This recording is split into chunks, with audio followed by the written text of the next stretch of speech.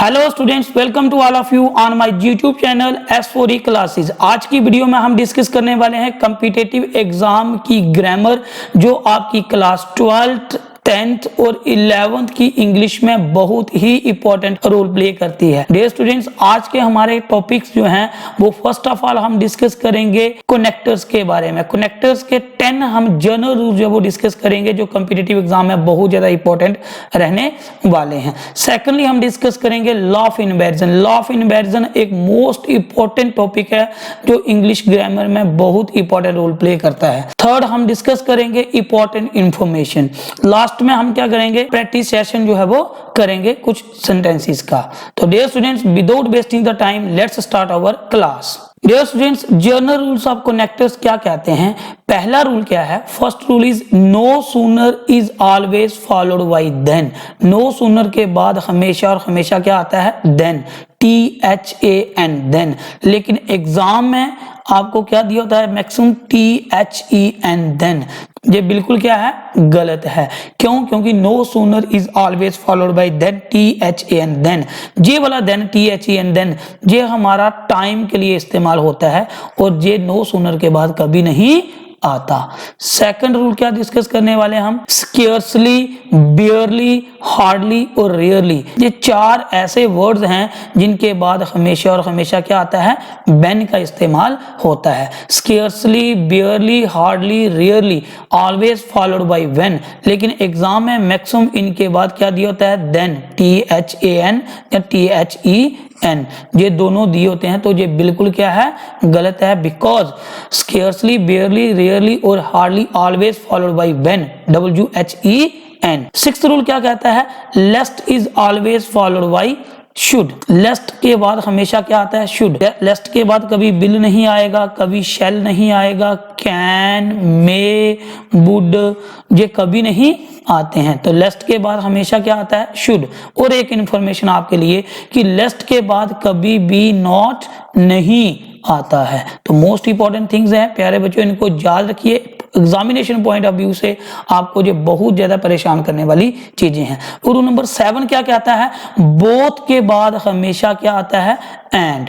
Both is always followed bye and. लेकिन exam में आपको ज्यादातर क्या दिया होता है, एज वेल एज। तो बोथ के बाद कभी भी एज वेल एज नहीं आता, क्या आता है, हमेशा एंड का इस्तेमाल होता है। फ्रॉम के बाद हमेशा क्या आता है, टू।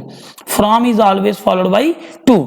लेकिन एक चीज जो बहुत इंपॉर्टेंट है, हमने पढ़ा है कि to is always followed by first form of verb. To के बाद हमेशा वर्ब की क्या आती है, फर्स्ट फॉर्म जो है वो आती है। लेकिन क्या है कि अगर एक्सेप्शन क्या कहती है, अगर पीछे फ्रॉम लगा है, फ्रॉम के बाद हम जो भी वर्ब यूज करते हैं, चाहे वो वर्ब की फर्स्ट फॉर्म है, चाहे वो सेकंड है, चाहे वो थर्ड, जो भी वर्ब आप यूज कर रहे हैं, तो टू के बाद भी वही वाली सेम वर्ब जो है वो रहने वाली है। It means from is always followed by to. लेकिन जो टू के बाद फ्रॉम और टू का जो स्ट्रक्चर रहता है, तो टू के बाद वही वाली वर्ब यूज होगी जो फ्रॉम के पास। फॉर एग्जांपल आपको बताता हूं, जैसे from going to playing, going to playing. देखो फ्रॉम के बाद क्या आया, गोइंग, और टू के बाद तो प्ले आना चाहिए वर्ब की फर्स्ट फॉर्म। लेकिन टू जो है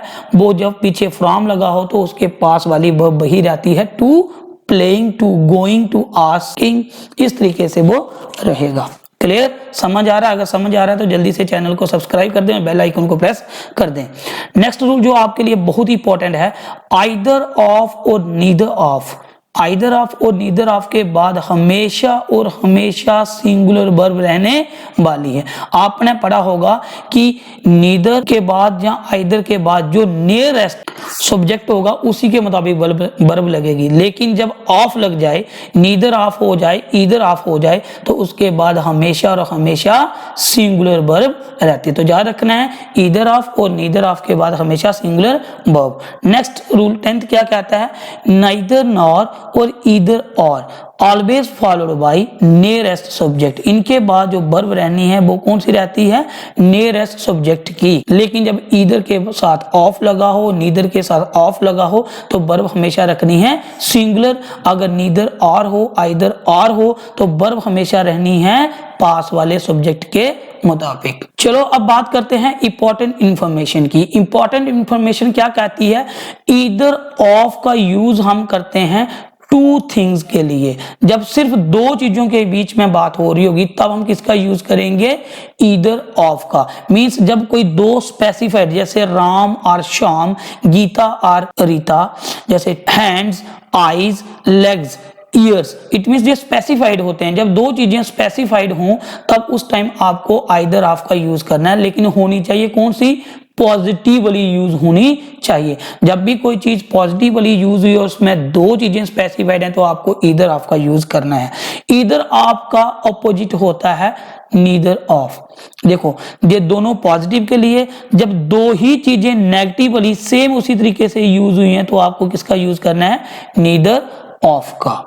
क्लियर, ईदर ऑफ दो थिंग जब specified positively use, neither of तब दो चीजें स्पेसिफाइड लेकिन नेगेटिवली यूज। यूज क्या होना चाहिए, नेगेटिव वे से, यूज होना चाहिए पॉजिटिव वे से। बात कर रहे हैं एनी ऑफ की। एनी ऑफ यूज होता है मोर देन टू थिंग्स, दो से ज्यादा चीजें लेकिन यूज होनी चाहिए क्या, पॉजिटिवली। अगर दो चीजें पॉजिटिवली यूज हैं तो आपका आएगा आइदर ऑफ। अगर दो से ज्यादा चीजें पॉजिटिवली यूज हैं तो आपका आएगा एनी ऑफ।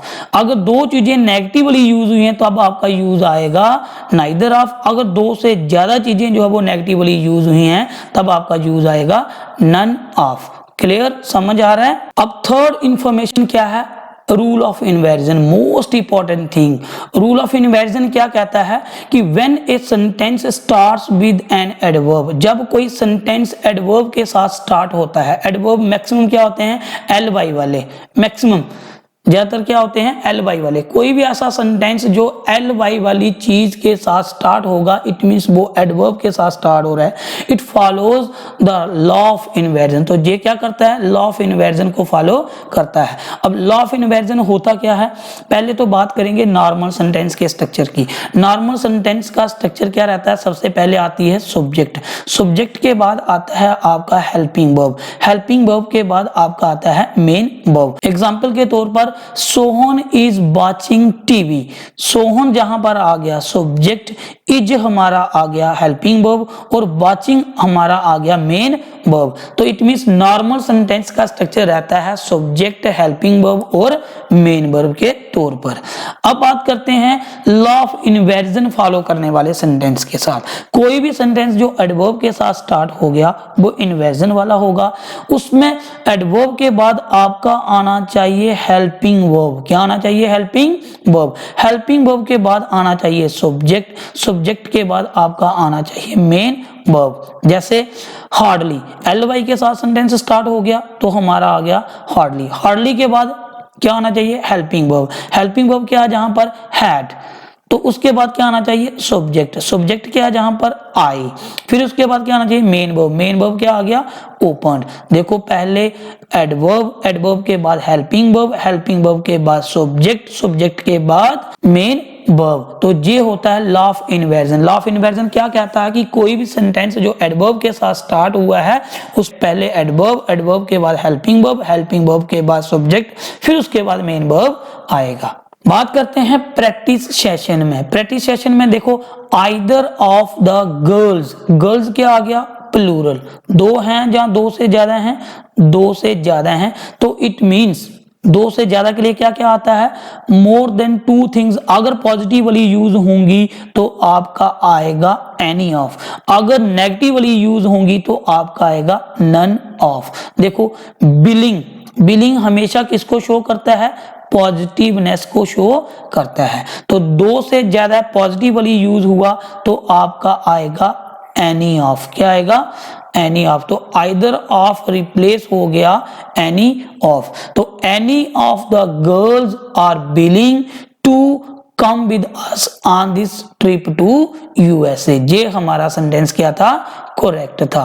क्या गलती थी इसमें कि आइदर ऑफ जो है वो दो चीजों के लिए लगता है पॉजिटिव वाली जब यूज हुई होंगी, लेकिन जहां दो से ज्यादा हैं गर्ल्स, इसलिए आइदर ऑफ की जगह क्या आएगा हमारा, एनी ऑफ आएगा।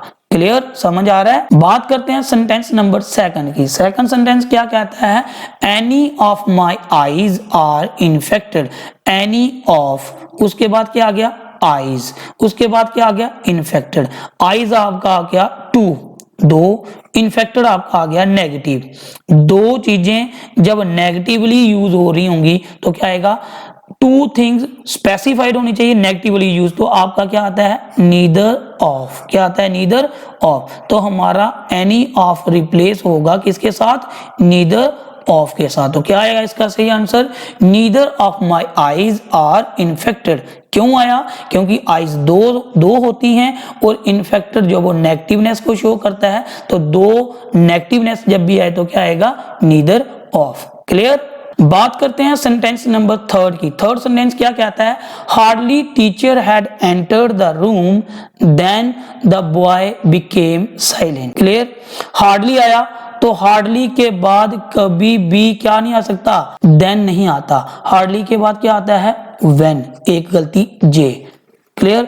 अब बात करते हैं हार्डली है क्या, एडवर्ब। सेंटेंस किसके साथ स्टार्ट हो रहा है, एडवर्ब के साथ। जब कोई सेंटेंस एडवर्ब के साथ स्टार्ट होता है तो पहले हम करते हैं, क्या करते हैं, एडवर्ब, एडवर्ब के बाद हेल्पिंग वर्ब, हेल्पिंग वर्ब के बाद सब्जेक्ट, सब्जेक्ट के बाद मेन वर्ब। तो ये वाला रूल हमारा फॉलो करेगा।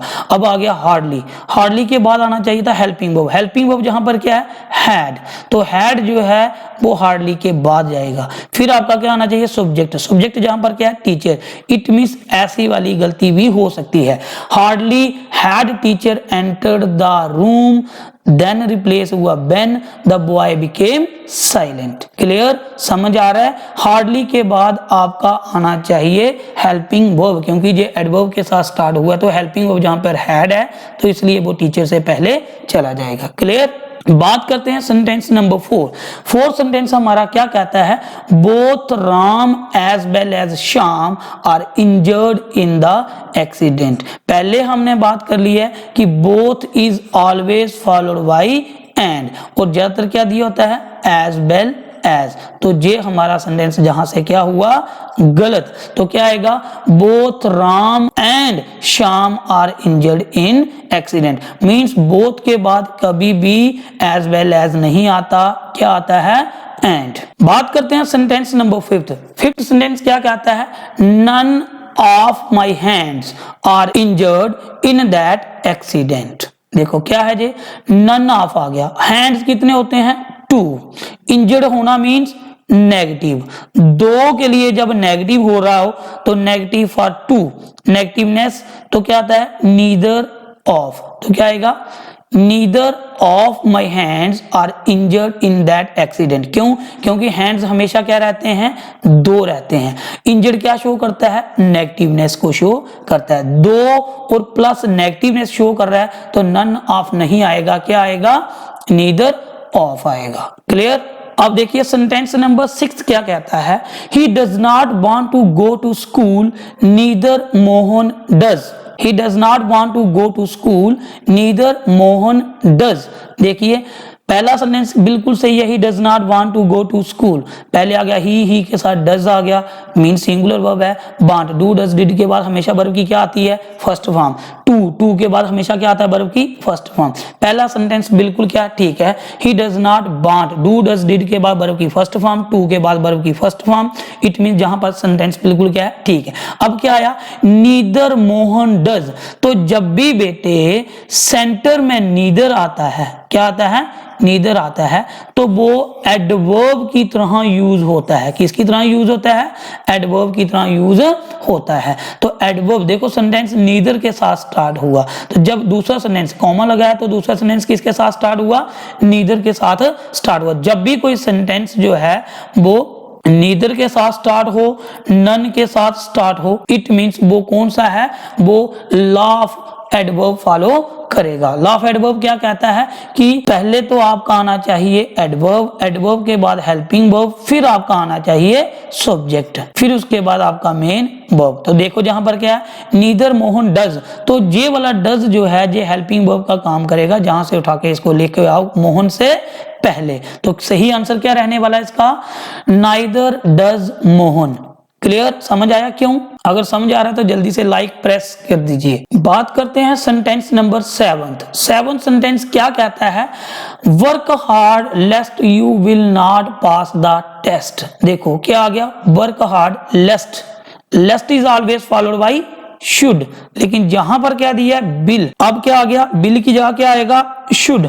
लेकिन हमने ये भी पढ़ा है कि लेस्ट के बाद कभी भी नेगेटिव नहीं आता है। तो करेक्ट क्या हुआ इसका, work hard lest you, bill की जगह शुड के बाद नॉट नहीं आएगा क्योंकि पीछे क्या लगा है, लेस्ट। तो lest you should pass the test, work hard lest you should pass the test. Clear, ये इसका सही करेक्ट जो है वो रहने वाला है। बात करते हैं सेंटेंस नंबर 8 की। 8 क्या कहता है, rarely he had come my house dash he got a call from his wife. देखो हमने पढ़ा hardly, rarely, barely, scarcely, always followed by Ben. इसके बाद हमेशा क्या आता है, बेन, लेकिन ये लॉ ऑफ इन्वर्जन भी फॉलो करेगा। तो देखो पहले आ गया रियली के साथ जब सेंटेंस स्टार्ट हुआ तो जे वाला हेल्पिंग वर्ब जहां पर आ जाएगा। पहली बात तो जे भी गलती थी, रियली हैड ही। क्लियर, समझ लग रहा है, adverb plus helping verb had और उसके बाद सब्जेक्ट आ गया ही, कम माई हाउस। अब देखो रियली के बाद हमेशा बेन आता है, लेकिन हमारे पास ऑप्शन में बेन है ही नहीं। 99% आपका बेन आता है, लेकिन जब बेन दिया ही नहीं है तब आप किसका यूज करेंगे, बिफोर का। किसका यूज करेंगे, बिफोर का। सही आंसर क्या हुआ, rarely had he come my house before he got a call from his wife. Clear, समझ आ रहा है। आज के प्रैक्टिस सेशन का last sentence, rarely I opened the book dash my father called me. बड़ा इजी लग रहा होगा आपको कि रियरली के बाद क्या आ गया, बेन। बड़ा इजी, बहुत सारे बच्चे जल्दी से रियरली देखते हैं, हार्डली देखते हैं, स्केर्सली देखते हैं तो बेन लगा देते हैं। क्लियर, लेकिन देखो रियली के साथ स्टार्ट हुआ तो ये किसका करेगा, लॉ ऑफ इन्वर्जन भी फॉलो करेगा। लॉ ऑफ इन्वर्जन क्या कहता है कि पहले एडवर्ब, फिर उसके बाद हेल्पिंग वर्ब, फिर उसके बाद सब्जेक्ट, फिर उसके बाद मेन वर्ब। लेकिन जहां पर हमारे पास हेल्पिंग वर्ब है ही नहीं, ओपन्ड आ गया ना, तो जब आपके पास हेल्पिंग वर्ब नहीं होगा तो वर्ब की फर्स्ट फॉर्म होगी तो आपका डू या डज आएगा। वर्ब की सेकंड फॉर्म होगी तो आपका हेल्पिंग वर्ब जो है वो डिड रहने वाला है। लेकिन याद रखो डू और डज, डिड तीनों के बाद जब भी आएगा वर्ब की फर्स्ट फॉर्म ही आएगा। देखो अब जहां पर क्या है, ये क्या कहता है, रियरली आई ओपन्ड, ओपन्ड वर्ब की कौन सी आ गई, सेकंड फॉर्म। सेकंड फॉर्म है तो क्या आएगा, डिड। क्या आएगा, डिड। फर्स्ट होता तो डू या डज, तो क्या आएगा, ये डिड चला जाएगा रियरली के पास। Rarely did I opened verb की सेकंड फॉर्म, लेकिन डू डज डिड के बाद वर्ब की क्या आएगी, फर्स्ट फॉर्म। तो इसलिए जहां पर हमने क्या कर दिया, ओपन्ड का क्या आ गया, ओपन। मोस्ट इंपॉर्टेंट सेंटेंस है, बहुत बार पेपरों में ऐसे आता है। तो क्या आ गया, रियरली डिड आई ओपन्ड का क्या हो गया, ओपन द बुक, जहां पर डैश में क्या आ जाएगा, when my father called me. Clear, समझ आ रहा है। तो ये थे आज का हमारा प्रैक्टिस सेशन। डियर स्टूडेंट्स, अगर आपको समझ आया है तो प्लीज मेरे चैनल को सब्सक्राइब कीजिए, प्रमोट कीजिए और मुझे टेलीग्राम पे भी फॉलो कीजिए। Thanks for watching.